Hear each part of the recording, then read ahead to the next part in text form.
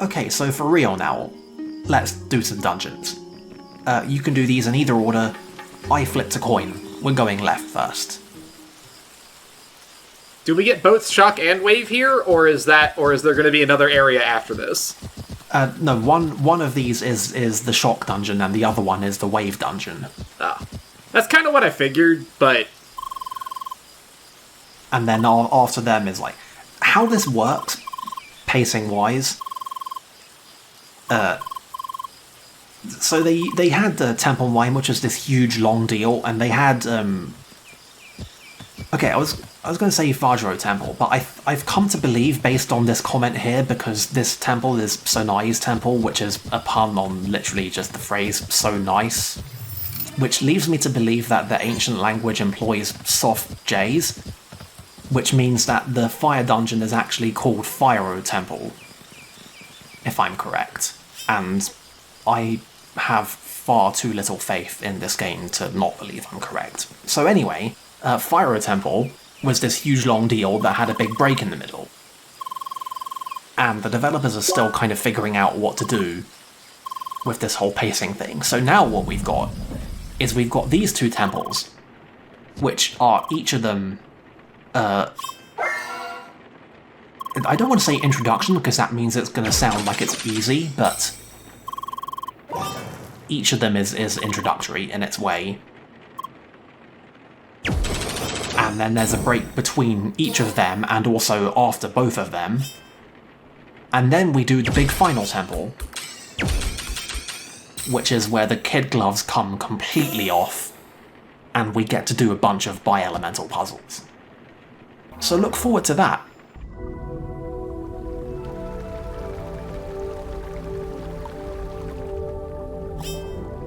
Anyway, here's some new gimmicks.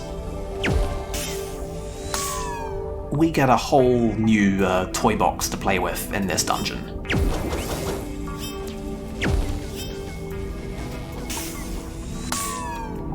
I see. Mostly our deal here is we're going to have stuff that tracks walls. And we've got those little holes in the floor that can eat them. And we've got to figure out how to get them to hit stuff. And basically this all comes down to figuring out the minutiae of exactly how they move, what rules they follow, and manipulating them mid-path. And in the grand tradition, we learn just enough in the first room that the first puzzle in the first room can be solved in an alternate way that gives us a chest. That's game design.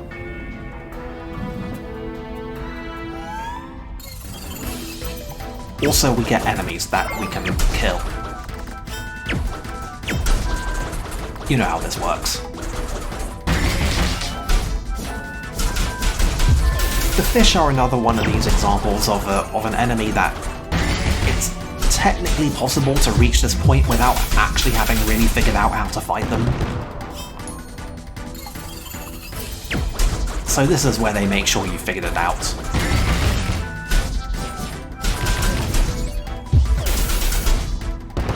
Fortunately, it's not that hard. But do watch out for getting marked. Mark is the wave status problem that you can get. It's very straightforward. While you have mark, all projectiles deal an extra 50% damage to you. It's very uncomplicated, and it's a big problem. Do you like magnets?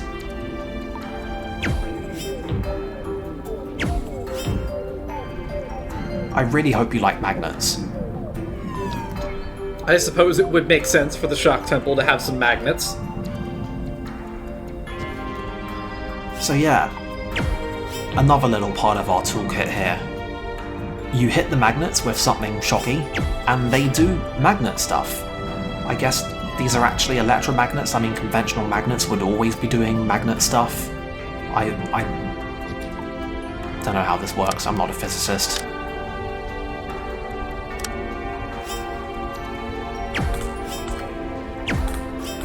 But yeah, we get thoroughly onto the CrossCode bullshit before we're done with this place, don't you worry.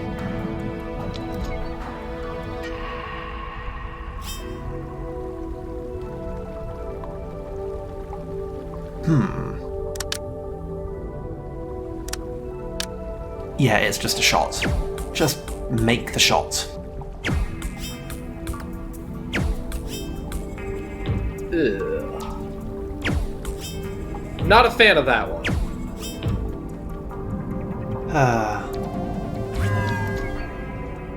There's a design pattern in CrossCode Dungeons that's basically just start out by making the shot, and then you get the element, and then you get to shoot from wherever you like.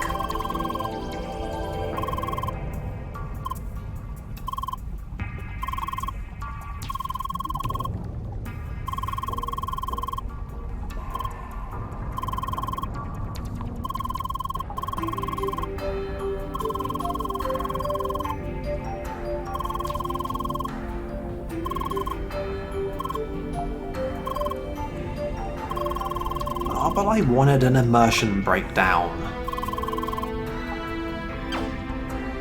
It's not funny when he's cool with it.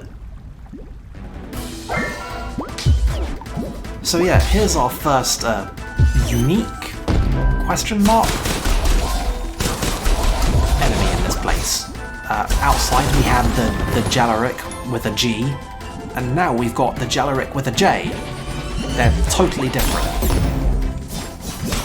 Yeah, I would say so. I don't recall the ones outside, like, throwing each other at you, which is actually pretty sick, not gonna lie.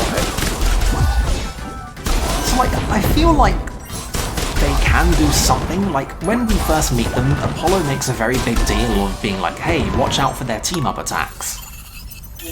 But I've never actually seen the green ones do team-up attacks, so I don't know what's up with that.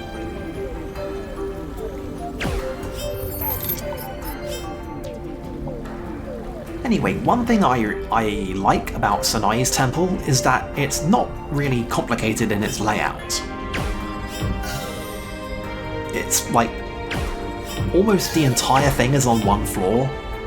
The intro chamber is like pretty much the only part of this whole place that's on another floor.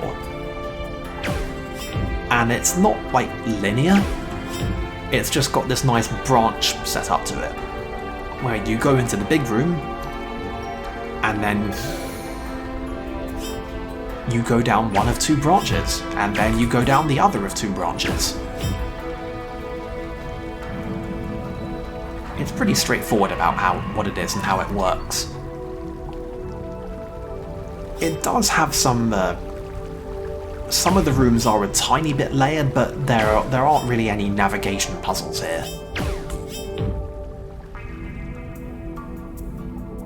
You don't ever really have to worry about finding your way around. You just have to worry about boxes and magnets.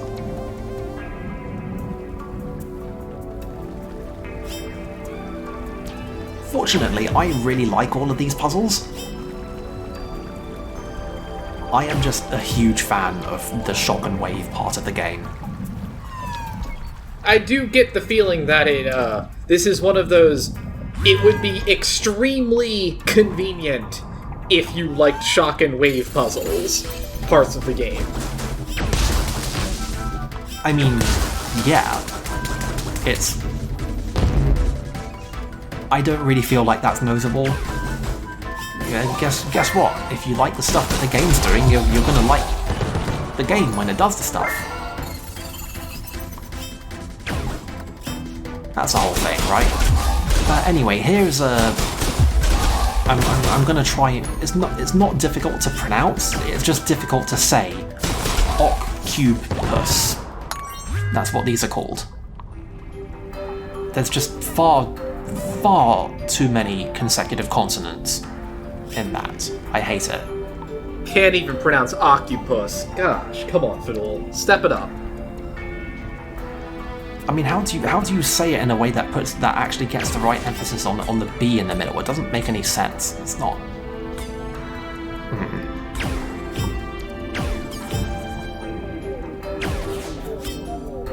Now this looks really difficult, but because of the way that this thing works with the corners, you actually don't have to do very much very quickly.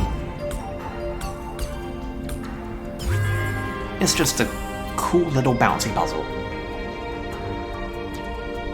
I feel like it's disingenuous to describe anything in this game as just a cool little bouncy puzzle.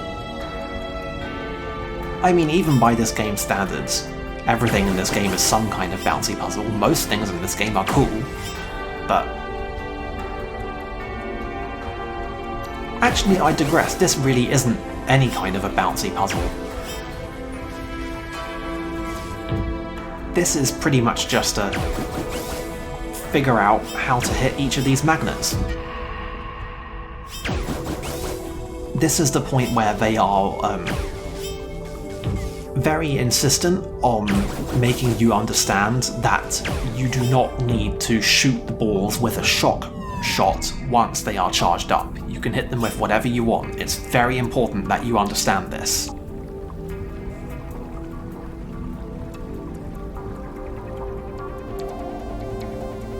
Gonna be a bad time if you don't. Really, the setup on most of this is basically just they set these early rooms up such that there's only one place at which you can stand in order to charge up the ball. Then once you've charged it, you can move wherever you like and shoot it.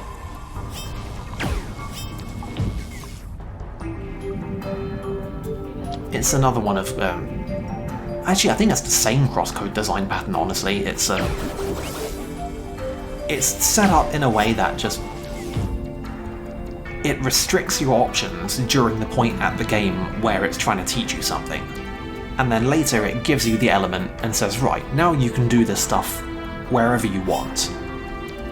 Which is very cool, but also makes most things more complicated. So it makes sense, honestly.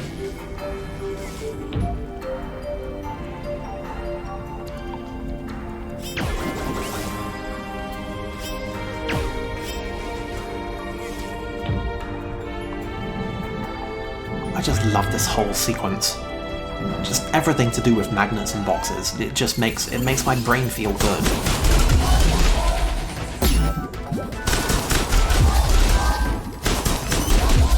As with the guys outside, these guys' deal is that they're moderately dangerous, but they don't have a lot of health and they're very weak to ice.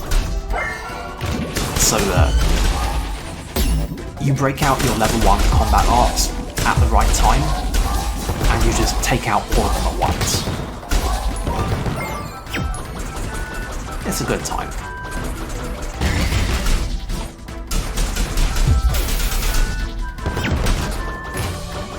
Especially since that means you're then free to deal with the fish more or less at your leisure.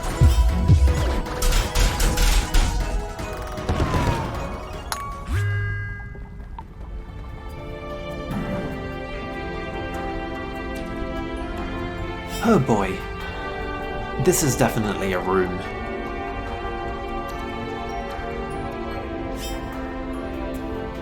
This is one of those times Are those the things that cause the...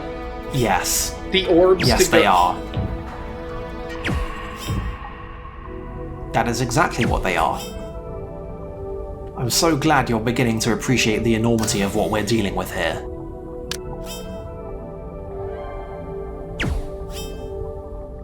Please remember that you need to use an element, any element, in order to actually use those things. They don't work on neutral shots. I really am not sure why they don't work on neutral shots, but... what are you gonna do? Oh lord, this is a puzzle, alright. I love it. It's incredible. Just give me this to infinity, forever.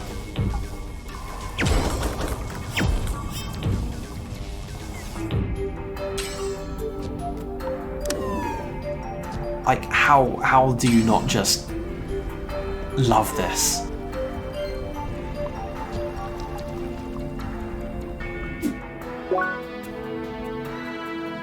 So yeah, when you look at the map, it looks like this place is pretty non-linear, but honestly, this is... like, this point here, choosing to either, like, open this block or to go back to the central room and continue down the other path is pretty much the only time you ever have to make any kind of a navigation choice here.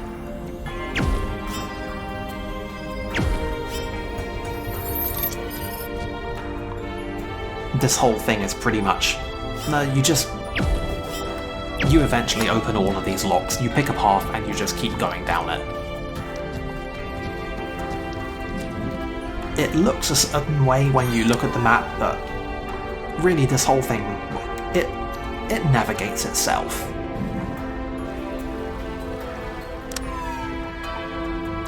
This whole thing where we go up a layer and then we cross over and we go back down onto the other side looks like it's a really big deal, but really it's just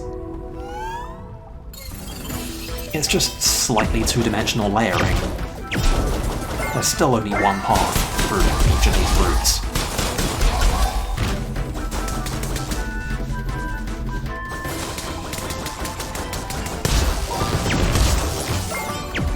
Anyway, when you get the Occupus down to sufficiently low health, you can just shoot it to deal damage. You don't have to engage with the magnets anymore if you don't want. That said, it is very wise to go out of your way to deal with them early because they get super annoying if you let them get on their bullshit. I was gonna say, what do they even actually do? They charge at you really quickly and deal a bunch of damage and don't take any. They are highly resistant to all kinds of violence until you manage to hit them with a magnet. And I cannot stress enough, it is not a shock shot, it is a magnet. It must be activating a magnet on them.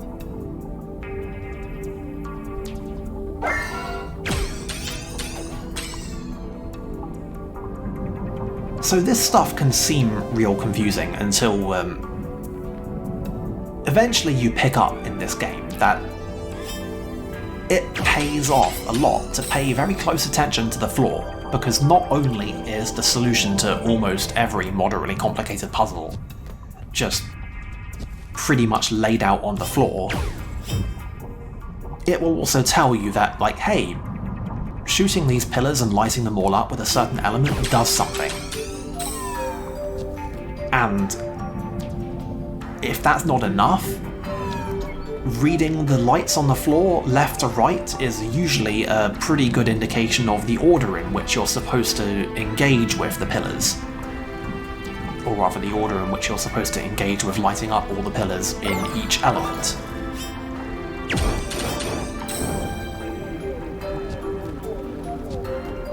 This stuff all looks moderately complicated and has a bunch of moving parts.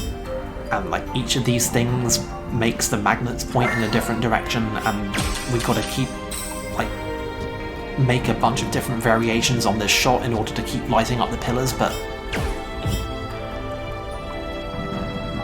honestly this thing just unravels. You just notice that you can do a thing and you do it. And you just keep pulling on those threads, and the whole thing just, it's like it solves itself. It's honestly kind of remarkable how fluidly they managed to do this.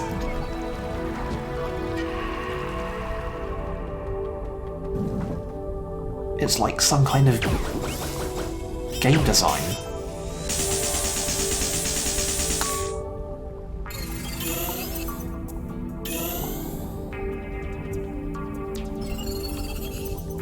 So anyway, yeah, we beat one branch, now we go and do the other branch. And this will unlock the way down the middle. Not a complicated layout at all. I'm actually kind of surprised they didn't give us the shock element after that section. Well, although I guess if you can do them in either order. Yeah. We're not done learning about all of our fun toys yet. Like, the upper area was very much a big emphasis on magnets, and the lower area is very much a big emphasis on I don't really know what you call these conducting poles. this whole thing is very much set the stuff up, complete the circuits.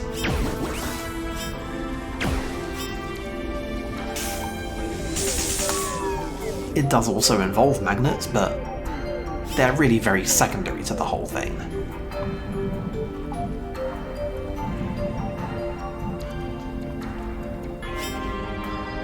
Basically, what you've got to learn here is the big ones are the starting points, the square things near the door are the end points, and everything else in between is some kind of conducting agent. Also, this one is kind of weird to hit the timing on, but what you're gonna do, it's not complicated to make retries.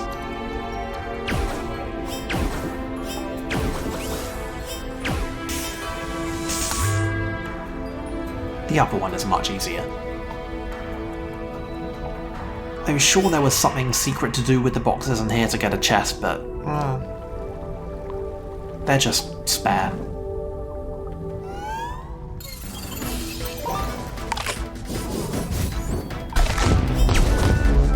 Remember these?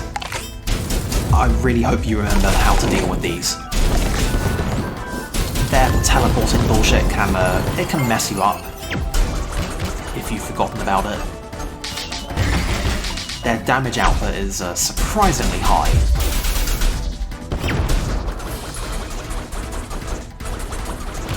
When they all gang up on you, yeah, the numbers can pile up. I might have died in this room on previous runs.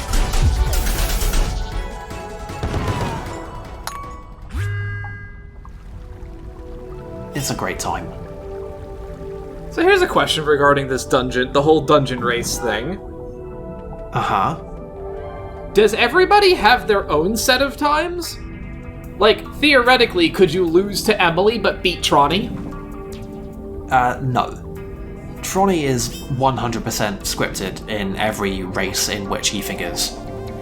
Emily is the only one who you are ever able to, like, possibly beat. That sounds like a missed opportunity. Yeah. Like, they vary the deal with Citron sometimes, but yeah, the races are explicitly against Emily. We'll see what comes of that, but yeah. By the way, the par time for both Sonai's and Xanatar Temple are 50 minutes for the entire dungeon. There's no, like, break room in the middle or anything. So it's a straight race through the whole thing. 50 minutes, 5-0.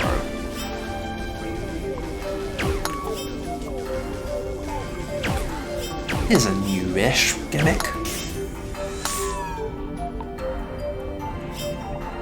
Shoot these purple things, I mean these other purple things, and you can send the balls bouncing from one wall to another.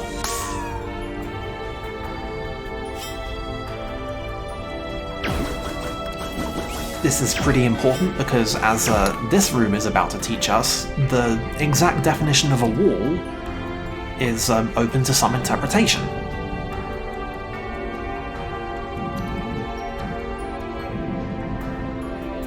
I would say it's less salt. You say it's a surface thing, less more than it. Yeah. Yeah. It sticks to stuff. It follows it around. Where possible, it can follow indefinitely. It's not so much that it has specific interactions with everything as much as it follows a very consistent general set of principles, which the game invites you to at first misinterpret and later clarify. Here's a new enemy. These guys are Blu-rays. Like, that's literally is what they're called. I do not believe anywhere in the game ever makes a reference to disc format. It's just what they're called.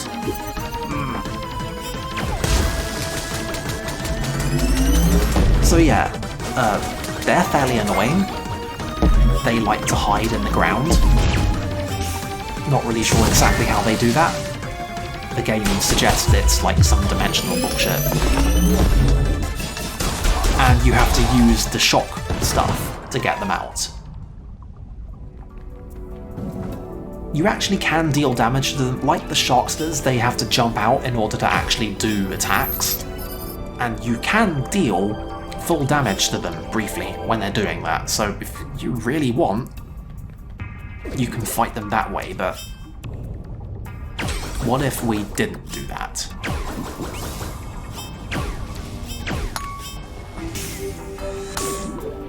That's my preference.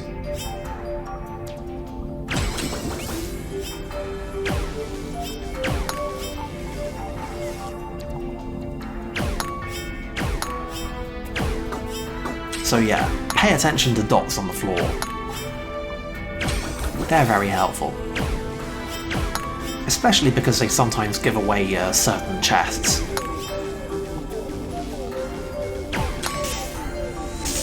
There's like 4, I think, in the entire game, rooms that have like hidden chests that are basically only given away by the presence of weird dots on the floor that don't seem to be connected to any puzzle element.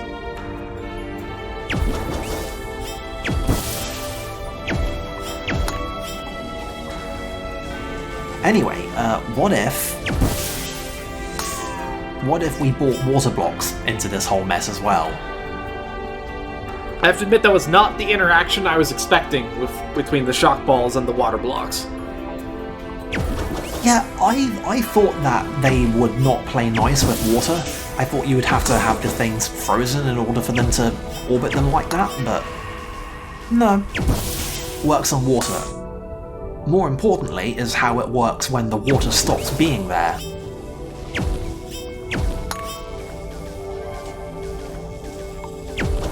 This is definitely one of those interactions which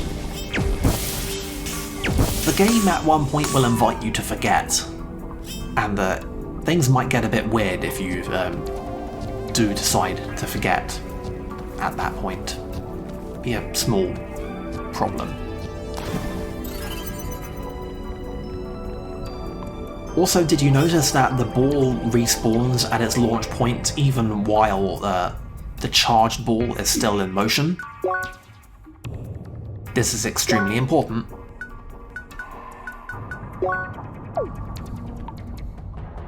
Anyway, I got relatively conscious of time while playing this. This turned out to be a pretty good decision, so I started marking chests on the map rather than always trying to get them. We can come back for them.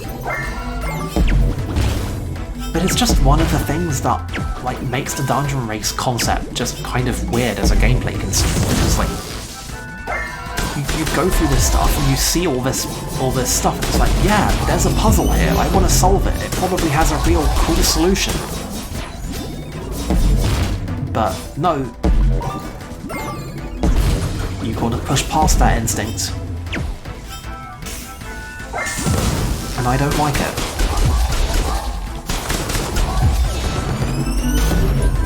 It's really not very game design at all.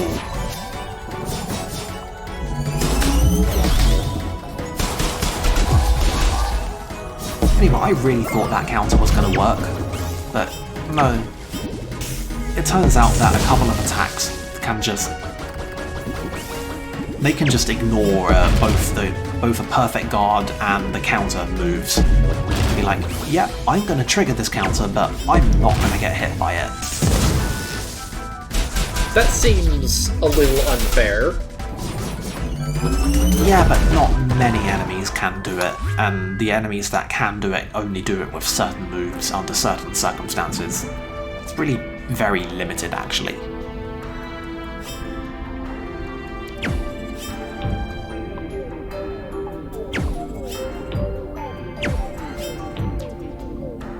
Anyway, this looks like it's some kind of bullshit, but actually it's very simple. You just hit one of these things and then you hit the other. Do have to mind the timing though.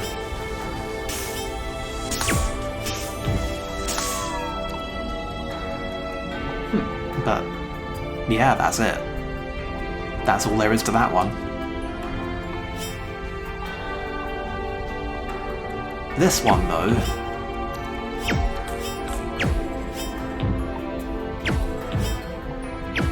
this one has a little bit more going on. This one requires you to do some juggling.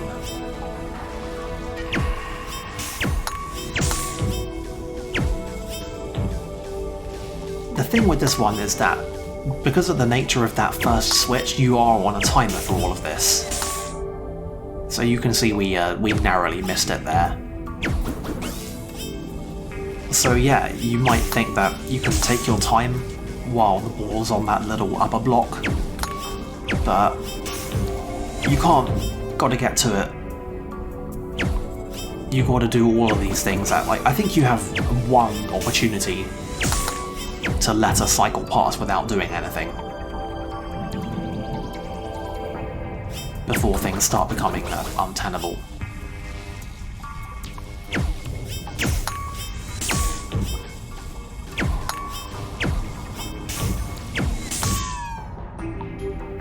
Fortunately, it's still it's all entirely doable. It's just one of those it's one of those times when the challenge is basically just maintaining the presence of mind the entire time. To be like, right, gotta do this, do that. Pay attention to what's going on, and don't hit the wrong thing at the wrong time. Simple, really.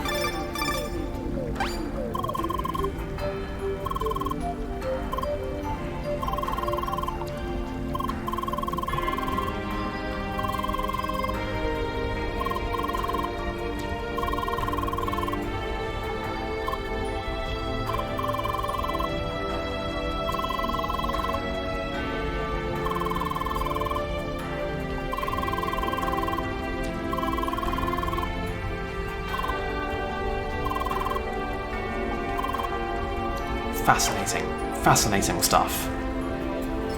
The element of fish and blob. What a pair.